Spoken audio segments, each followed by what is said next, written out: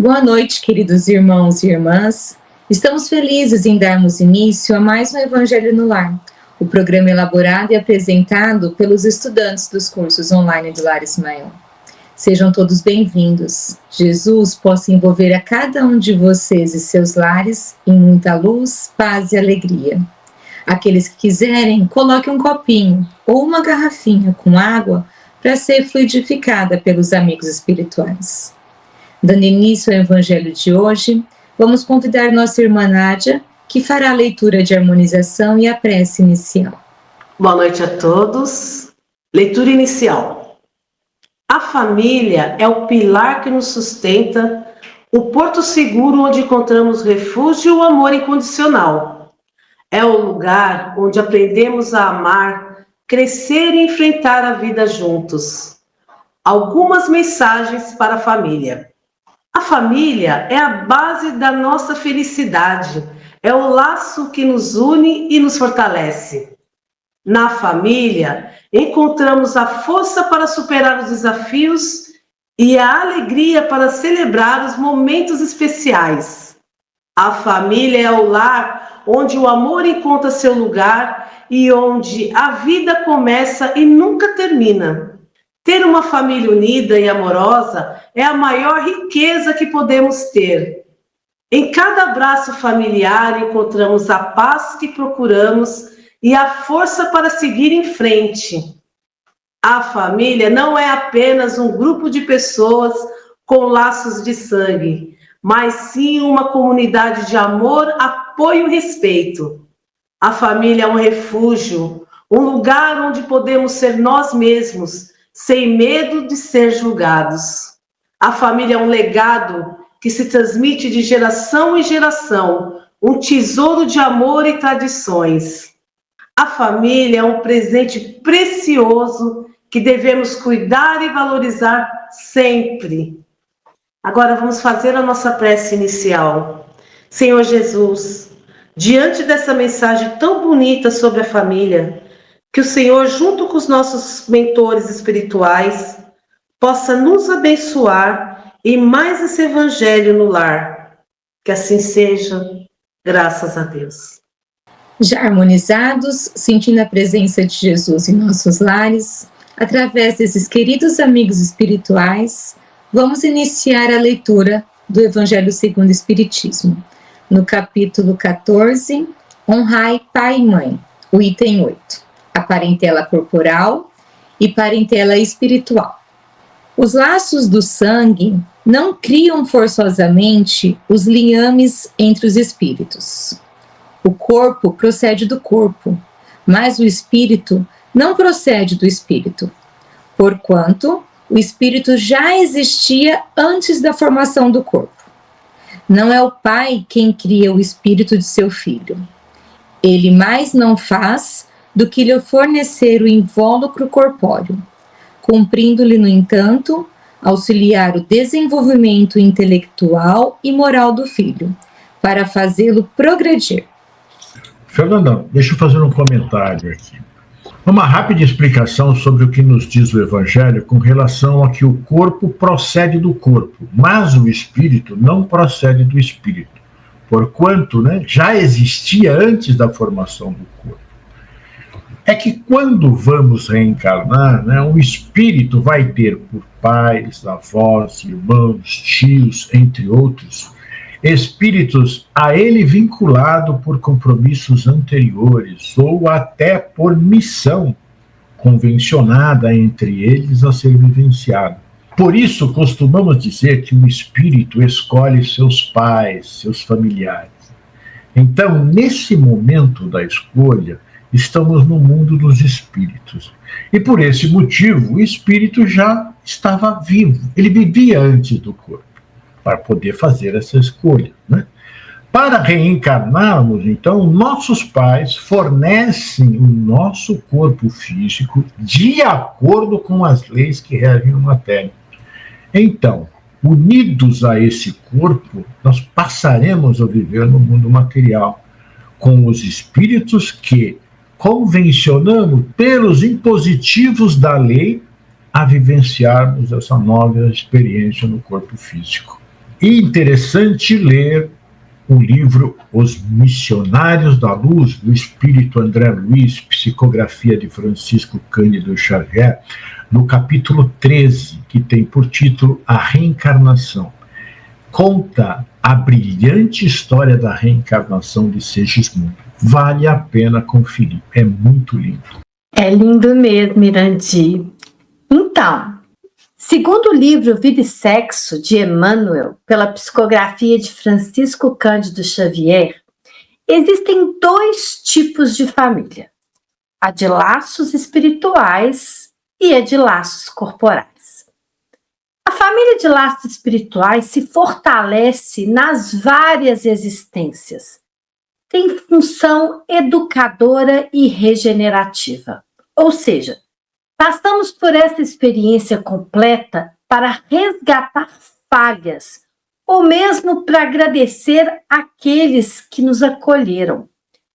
Temos dessa forma, no Instituto Doméstico, uma organização de origem divina, em cujo seio encontramos os instrumentos necessários ao nosso próprio aprimoramento para a edificação do mundo melhor. Do livro Vida e Sexo. Minha amiga Undina e ouvintes, a família é o nosso campo de reajustes. Todos nós que estamos na família temos como objetivo servir uns aos outros. É um compromisso, uma missão juntos e também um acordo de um laço que nos uniu. Temos que ter superação, comprometimento e muita força espiritual para suportar e transformar o ódio e a rejeição em amor e compreensão. Esse é o objetivo de estarmos em família. É bem isso, né, Nádia? Então vamos voltar à leitura aqui do Evangelho. Os que encarnam numa família, sobretudo como parentes próximos, são, as mais das vezes, espíritos simpáticos, ligados por anteriores relações, que se expressam de uma afeição recíproca da vida terrena. Mas também pode acontecer sejam completamente estranhos uns aos outros esses espíritos, afastados entre si por antipatias igualmente anteriores, que se traduzem na Terra por um mútuo antagonismo, que aí lhe servem de provação. Então, Fernanda, a convivência não é nada fácil, né? Seja ela entre irmãos consanguíneos ou não. Somos seres diferentes uns dos outros, com experiências únicas. Cada um de nós tem uma visão, e é por isso que precisamos seguir as lições deixadas pelo Mestre. Paciência e tolerância são as principais virtudes para conseguirmos conviver com nossos irmãos aqui na Terra. Muitas vezes, com irmãos que não pensam como nós, não agem como nós esperamos que agissem. E, portanto, precisamos respeitá-los, pois somos todos filhos do mesmo Criador. Muitas vezes, nos achamos um estranho no ninho, né? O patinho feio da casa. Mas é porque a família é isso, a união de seres que nem sempre foram unidos na vida espiritual, mas que nos servem de exemplo e de prova para a nossa evolução. Pois é, Undina, Deus, ele não erra o endereço. Eu já ouvi isso muitas vezes e eu acredito nisso realmente. Nascemos no lugar que tínhamos que nascer. Precisamos estar com as pessoas que estão à nossa volta para a gente poder aprender e evoluir. Não erra mesmo, Fernanda. Você disse muito bem. E vale a pena repetir. Estamos no lugar e com as pessoas certas. E estudando o Espiritismo, nós vamos entender isso muito bem. E dando continuidade, então, à leitura do nosso Evangelho de hoje. Não são os da consanguinidade os verdadeiros laços de família, e sim os da simpatia e da comunhão de ideias, os que prendem os espíritos antes, durante e depois de suas encarnações. Segue-se que 2 seres nascidos de pai diferente, podem ser mais irmãos pelo espírito do que se o fosse pelo sangue. Podem então atrair-se, buscar-se, sentir prazer quando juntos, ao passo que dois irmãos consanguíneos podem repelir-se, conforme se observa todos os dias. Problema moral que só o Espiritismo podia resolver pela pluralidade das existências. Quem desejar, vá ler sobre isso no capítulo 4, número 13. E como é engraçado isso. Vemos em muitas famílias isso, né? Irmãos que não conseguem viver junto e alguns amigos que são mais do que irmãos. Eu tenho uma irmã e me dou muito bem com ela, sim. E tenho amigas que são também como irmãs. E eu falo amigas porque são mais de uma mesmo. É uma família. São pessoas que nos damos muito bem e por isso esse sentimento não pode ser só dessa vida. É verdade, Fernanda. No Espiritismo, temos a certeza que todos somos irmãos em espírito, independente dos laços sanguíneos. Os espíritos se atraem pela sintonia vibracional. Tem uma lei que diz: os afins se atraem. Isso significa que duas pessoas podem ter uma conexão mais profunda e significativa com base em suas experiências e aprendizados espirituais, do que com aquelas que temos laços sanguíneos. Por exemplo, tem amigos que estão presentes em todos os momentos da nossa vida, mesmo nos momentos mais difíceis, enquanto que um irmão consanguíneo pode não ter essa conexão. Temos também irmãos consanguíneos que podem ter personalidades completamente diferentes e até se repelem. Muitas vezes isso acontece por diferenças morais que criam comportamentos distintos. Isso ocorre por causa de experiências individuais ou de ações que causam desentendimento entre eles ao longo das encarnações. Esse problema são oportunidades de aprendizado e crescimento espiritual. Quem resolve isso é o amor. Interessante isso que vocês disseram. Não é o sangue, né, que une a família, como estamos acostumados a ouvir e a aprender, né? Mas a compreensão, a simpatia, a amizade, a caridade entre os que formam essa família. Numa palavra, é o amor que sentimos por cada um. É verdade, Irandir. Por isso, necessitamos de aprender, entender e respeitar nossos entes familiares, como vamos ver seguindo na leitura do nosso Evangelho. Há, pois, duas espécies de famílias: as famílias pelos laços espirituais e as famílias pelos laços corporais. Duráveis, as primeiras se fortalecem pela purificação e se perpetuam no mundo dos espíritos, através de várias migrações da alma. As segundas, frágeis como a matéria, se extinguem com o tempo e muitas vezes se dissolvem moralmente já na existência atual. Foi o que Jesus quis tornar compreensível, dizendo de seus discípulos: aqui estão minha mãe e meus irmãos, isto é, minha família pelos laços do Espírito. Pois todo aquele que faz a vontade de meu Pai, que está nos céus, é meu irmão, minha irmã e minha mãe. Nádia, a passagem bíblica que eu mais amo está em João, capítulo 19, versículos 26 e 27. Quando estava Jesus ali na cruz, bem próximo estava sua mãe, Maria, e o discípulo que ele tanto amava, João. Jesus, vendo sua mãe e o discípulo, disse à sua mãe: mulher, eis aí o teu filho. Depois disse ao discípulo: aí está a sua mãe. A partir daí, o discípulo levou Maria para sua casa. Gente, todos nós somos filhos de Maria e irmãos de Jesus. que mesmo aqueles que se sintam sós no mundo saibam que somos todos irmãos espirituais e que devemos nos amar mutuamente. Ondina, veja como que é gostoso isso. Saber que a Maria ela é nossa mãe. Saber que somos irmãos de Jesus. Quantas pessoas ficam brigando por nome e sobrenome e não é essa família que é verdadeira, essa família terrena, né?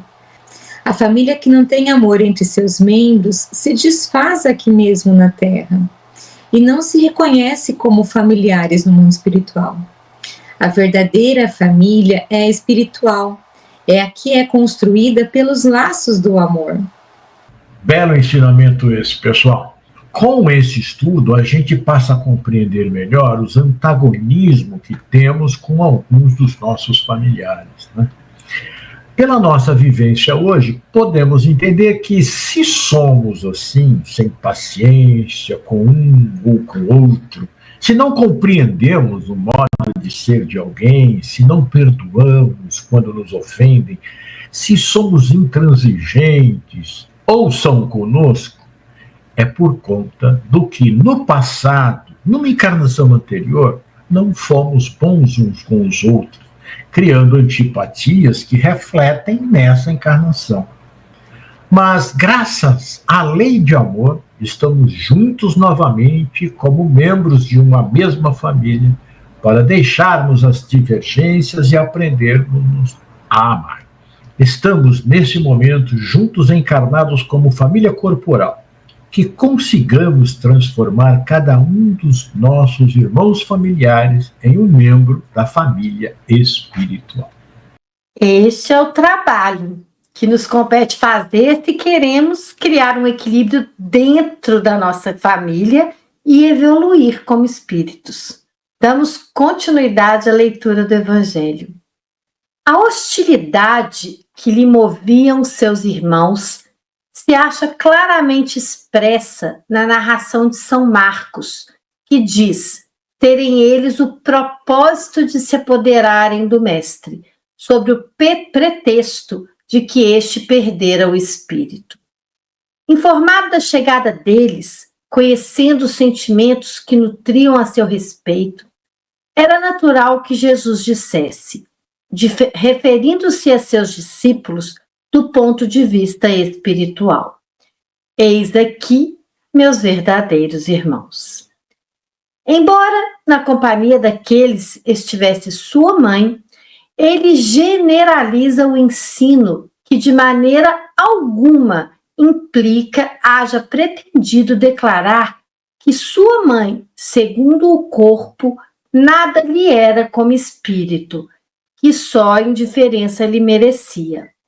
Provou suficientemente o contrário em várias outras circunstâncias. Essa passagem, Ondina, é belíssima e demonstra claramente nas palavras do Mestre que todos somos irmãos.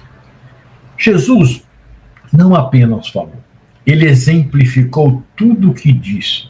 Ele nos deixou todo o caminho ali aplainado para que possamos percorrer e construir o reino de Deus em nossos corações. Nessa passagem muito significativa, mostra que os seus irmãos, muito embora não tenha tido irmãos consanguíneos, né, Jesus, porque naquela época os primos e algumas pessoas mais próximas eram tidos como irmãos. Eles não o compreendiam, então achava que ele não era uma pessoa sã. Isso acontece hoje com muitos daqueles que divergem do modo de pensar e viver das pessoas. É só prestarmos atenção. Então, ele nos dá uma lição importante, nos mostrando que todos somos irmãos e filhos de Deus. Se todos somos filhos de Deus, então somos irmãos. Não podemos nos atacar, nos ofender. O caminho é outro. Devemos nos compreender, nos ajudar e, principalmente, aceitar. Cada um é de um jeito, como já foi explicado. A fala anterior da Ondina e da Fernanda nos diz da beleza da cena quando Jesus entrega a sua mãe a João e a Maria entrega a João, mostrando que devemos cuidar uns dos outros. Somos, queiramos ou não, irmãos uns dos outros. Você sabe que escutando isso aqui, eu fico pensando, quando eu cuido dos meus velhinhos, eu penso, ali também está um pouco do meu pai, está um pouco da minha mãe, né? E a gente acaba se afeiçoando, tem um afeto muito grande ali, né, gente? É que nem a gente aqui, nós 4, nós 5, né? Estando aqui junto nessa caminhada espiritual e fazendo esse evangelho, eu sei hoje que somos os irmãos que Jesus se refere. Não temos um laço familiar, mas compartilhamos o mesmo propósito de levar a palavra de Deus e ajudar quem precisa ouvir no momento de solidão e sofrimento. A visão espírita reforça que os laços espirituais são construídos através de ações e intenções de cada um. Amar ao próximo e fazer caridade é fundamental para o progresso espiritual. Assim, Jesus, ao afirmar que quem são seus verdadeiros irmãos, nos convida a refletir sobre nossas relações e valorizar aqueles que compartilham dos mesmos ideais de amor e trabalho com o próximo. Fernanda, é com você, minha irmã. Bem, meus irmãos, chegamos ao final do nosso evangelho e foi muito esclarecedor. Vamos pedir para nossa irmã Ondina que faça essa prece final e a fluidificação das águas. Vamos fechar os nossos olhos, agradecer ao Mestre Jesus por esses lindos ensinamentos.